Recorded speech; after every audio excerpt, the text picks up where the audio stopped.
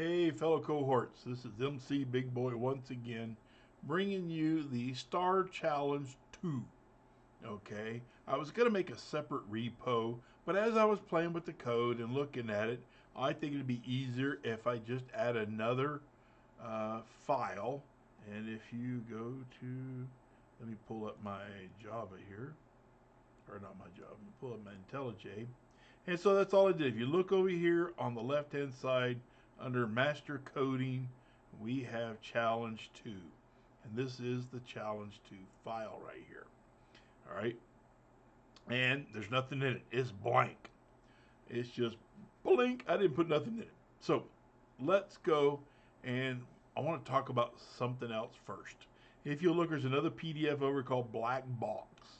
So let's go look. Isn't this a pretty black box? It's just a black box. It's got perfectly sized, it's square. It's a nice little black box. Now, in programming, we use black boxes all the time and don't even know it. Let me give you a really good concrete example. Let's look at Mr. Scanner here. Now, we don't know how scanner works, so it's a black box. We've been told that if we create a type variable of scanner, give it a name, and then tell it we want to create a new scanner, then we can use it. We can get input from the user. We can get an integer, a float, we can get strings. Now, we really don't know how it works, and so it's a black box. I'm going to take the hood off and I'm going to show you. If you look inside scanner, Cookie Monster lives there. And Cookie Monster's job, we don't know. We just know he lives there. It's a black box. We don't really care what's inside the black box. All we need to know is how the black box works. And in coding this, you're going to find this all the time. Somebody's going to give you a piece of code. You're not going to know how it works on the inside. All you know is you can declare it and you can use it. And that's what we've been doing all along. Now, there's some other friends inside of here. There is Animal. Now, I don't know if y'all know who Animal is. Y'all might be too young or whatever. Animal's part of the Muppets. And Animal is crazy. He's a mad-ass drummer, and he's always doing crazy stuff, causing trouble everywhere. But we got him contained. He's inside of our black box. Now, there's one other person in here, and it's Kermit. Kermit sits around and waiting for a user to type something in the console, and then when somebody types it in the console, Animal takes that data and he plays with it and squishes it and he gives it to Cookie Monster. Cookie Monster eats the bits, and then we get data. We either get a string, an integer, depending on what we ask for. Now, you will notice there is no Miss Piggy, and that's because Kermit had bacon for breakfast this morning. So the reason I'm showing you the black box is we've been using black boxes in our code all along, and we don't know it. I'm going to show you some snippets here. Or I'm going to actually, what I want you to do is I want you to pull up, and I should have it here. I want you to pull up week 3, and this is the loops. This is our practicing our loops. And I want you to look right here. We have a black box here. Nobody told us what this exercise 1 was. It's got a public, a static, a void. All they told us was if we put our code in here, that we could execute it. And that's what we did. We did it for all these. Now, if you come down here, you notice that there is no little green caret over here, a little triangle to run it. But if we come down to main, let's see. Oh, look at this. There's exercise 1, 2, 3, and there's a green. And we could run this, and it would execute each one. These are actually called methods. And I'm going over this because Claire unveiled it. She used a method the other day in one of her explanations. And we've been using methods all along. And so I'm going to expand just a little bit. And so what I want you to do, go back to this blank code, if I can find the right IntelliJ. And what we're going to do is I've got a little code snippet here I want to paste in here. I'm just going to copy something here. And I'm going to copy, and we're going to put it between. You could actually put it below. You could put it, as long as it's but after this one and before this one, and not part of the main, this will work. So what we're going to do is we're going to type in this, and we're going to type pattern 1. We'll give ourselves some space here. We're going to open up our box, our brackets here. That's our container. And so we have been doing this all along, not even knowing it. So my first part of my challenge is for you to go get all the patterns that you created in the first challenge. So let's go over here to the first challenge. And that's the last one we did. Let's go over to the very first. Now let's see. This is my blank template that I told y'all to copy. And then we commented out here. It looks like it is right here. So we're going to start right here. And we're going to go till we get to here. Now this is, if you look at this, this follows up, and it's the last part of our block for our if.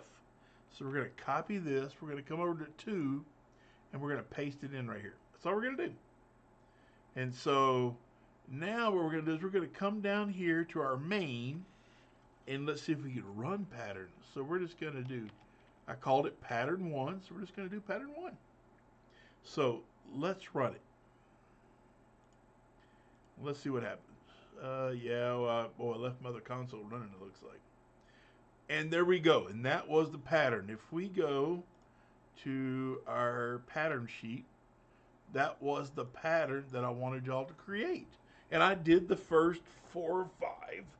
And so what I want you guys to do is, first thing I want you to do, oh no, we need to go back to IntelliJ. All right, so I want you to make a snippet of code here. And so we're going to roll this up, guys. See these little arrows or little boxes with the thing? We click on it and it rolls the code up. So now the code, and we can hover over it. We click it again where the plus sign is, and it puts it back. But this makes our code a lot cleaner to look. So what we're going to do is, so the next one you're going to create would be public static void. And you know, again, you don't need to know what all this means. And we're going to call it pattern 2. And we are going to come down here. So we're going to go over here to main. And we copied that one. So let's copy the next one, which is this right here. Make sure we go all the way down and get the bottom of our for loop. Excuse me. Copy this. We're going to come over here and we're going to paste it inside here. This is no different, guys, than if we go back to... wrong one. Got too many windows open here. Oh, this is the right one. Excuse me. This is no different than what we did here. We had to exercise 8 here, and then we come down here and we called it down here.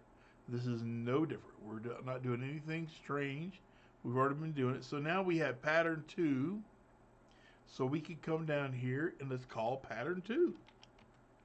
Oh, I called pattern 1 again. And let's do that. I did it by mistake.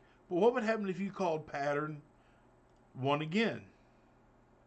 We'll run it. Let's see what happens. Guys, remember, play with your code.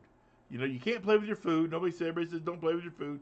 You can play with code, and you need to play with code. That's why I'm doing these challenges, is so that you can play with it. So let's put 2. Let's put 2.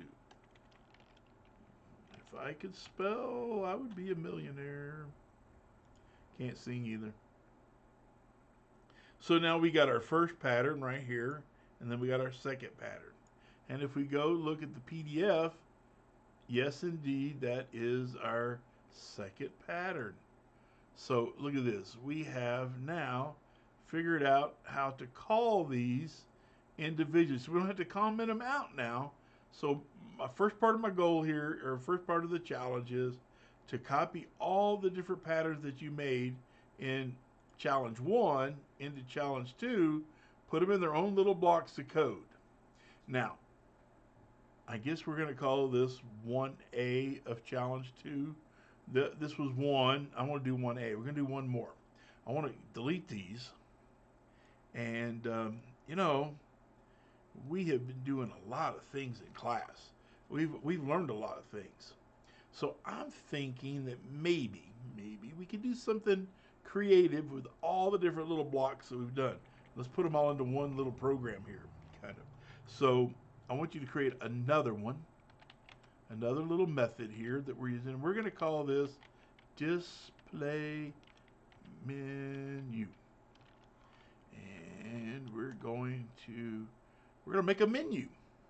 So what I want to do is let's put something like, we're going to do S out, let's say, welcome to the pattern display. And then we might put something like menu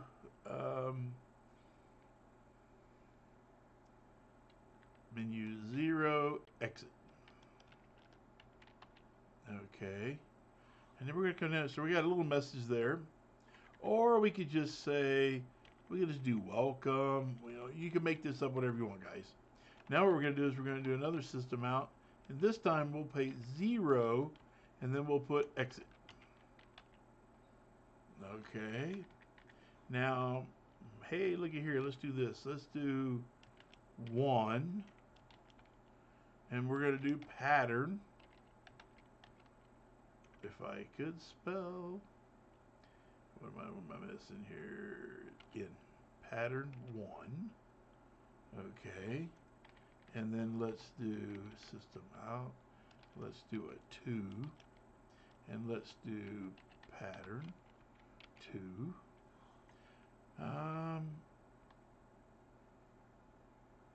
Okay, that's good enough to get started. So what we've done is we've created this little display that's going to pop up and display something. So let's go to our main down here. And we learned about while loops. Now, while loops are different than for loops. While loops, we don't know how many times we're going to loop. All we know is we're going to loop. In a for loop, you're given a very specific, I'm going to count from this number to this number and no more, no less. A while loop is wild. We could make it go forever. We've all done infinite loops where it doesn't ever stop. I want to call this one loop control. Wait, L-L-O-T, control? I got O-T, right? Control? I don't know. Can't spell. So we're going to make a little, and so what we're going to come up here is we're going to do a Boolean, and we're going to call this loop control, and we're going to set this sucker to true. Now I know what you're thinking is, this is going to loop forever. Oh no, the end of the world. Well, it's not the end of the world, but it will loop forever if we don't put a condition in there. So let's do this. Let's call, just like we call our patterns, let's call our menu. So the first thing we want to do is we want to print the menu. We're missing something here. I think we need something. So let's go above all this and let's create our little black box friend we talked about earlier, Mr. Scanner or Miss Scanner, depending on who you are, I guess. And we're going to do a new, I capitalize that and you don't like that, scanner. We're going to do system.in. We've all done this. We've been using this, nothing new. So we got a scanner here. And so let's come down inside of our while loop. We printed this menu. So let's get an integer value. We've already told them that 0 exits, 1 prints pattern 1, 2 will print pattern 2. So let's come down here and let's put in, let's put, no, that's a Boolean, not a, we need an integer. So let's make an integer. And so we're going to call this menu item. And we're just going to set it to, we'll set it to -1. Set it to -1. And the only reason why I'm setting it at all is because Intel will say, if you don't set it to a value, this variable may not have been initiated. So we're going to do it. So now let's get our menu item from our scanner. So it's going to be, we called it scanner, and we want the next int. We want them to print in and enter. Now that we've got them, we got some input. So now we need to make some decisions. So our best little friend is the if statement. So we could say if menu,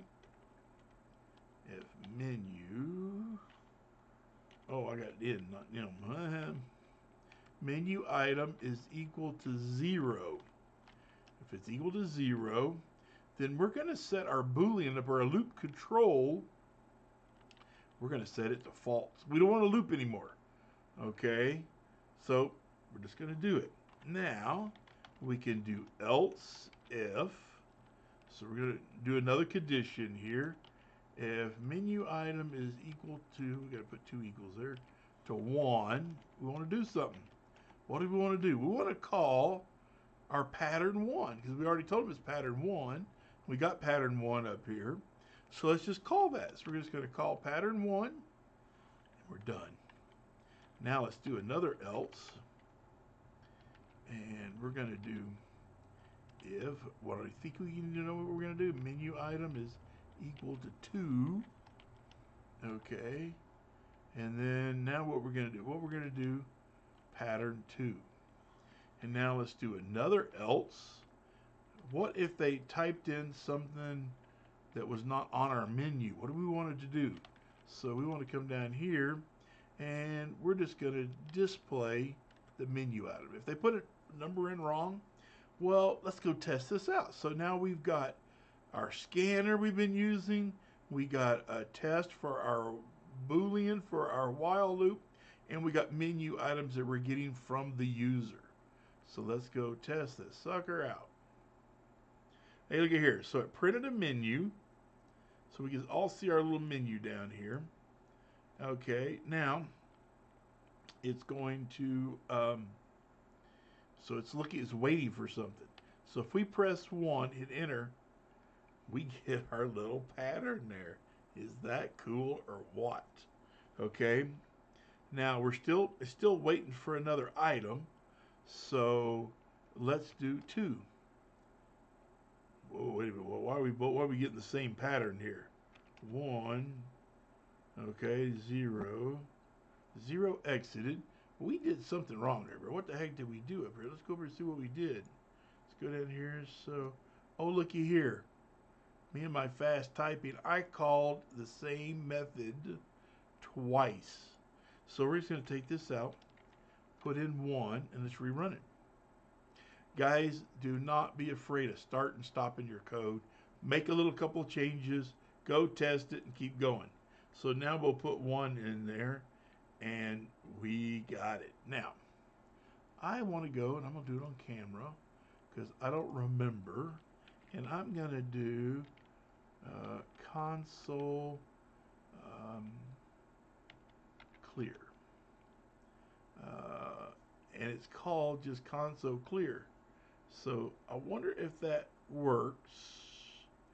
Let's put Java. I think it is. Let's see. If we put Java, how to clear the console. So we're just going to go to Stack Overflow. We're going to see what they say is. Oh, it's just called System Clear. So let's see. Hang a minute. Execute clear. We're getting a lot of different answers here. So let's see here. System flush. Okay.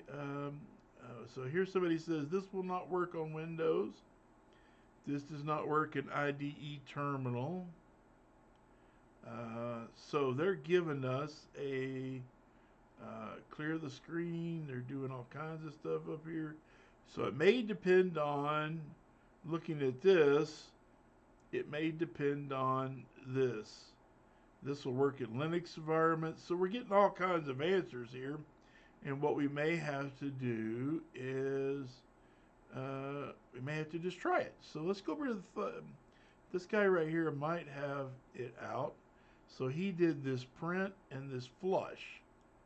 So let's just copy this. And I don't know if it's going to work or not, guys. I'm doing this on camera. So let's go to our code. And let's say every time this menu works, or every time we loop through, we want to do that. So let's try this. Let's go run this. Now, do we know what all these numbers and all this stuff? Nope, we don't care. It's a black box. All we know is we hope that it will clear the screen after every run. Oh yeah, we got to stop it and start it because I left it running.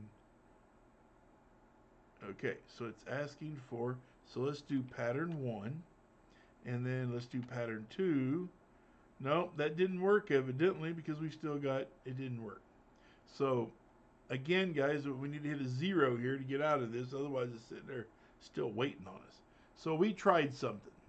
This evidently doesn't work inside IntelliJ's thing. So maybe what we need to do is go up here and ask IntelliJ console clear. So we can another Stack Overflow, which I get a lot of stuff from there. And I've tried this. This guy's tried this. And let's see, does somebody have an answer? I don't believe you can. Think of the window as a log. Okay. So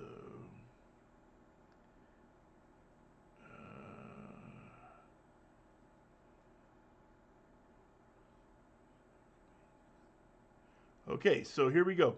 So somebody has written a little function here. Try your to another terminal and you can function like this. So it looks like we can't really clear it based on what I'm reading right here because it is a IDE and it's not a real terminal that you're actually running your program from.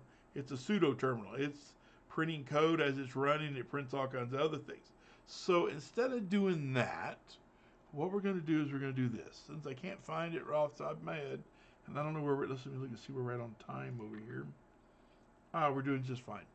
So what we're going to do here is every time this runs, I'm going to make a little for loop here. And we're going to do I is equal to 0. And let's just say some weird number like, oops, forgot the I. I is less than 10. And then we're going to do our little, oops. We're going to do like this. And what we're going to do here is, now we're just going to do system out. That's all we're going to do. And let's see what that does.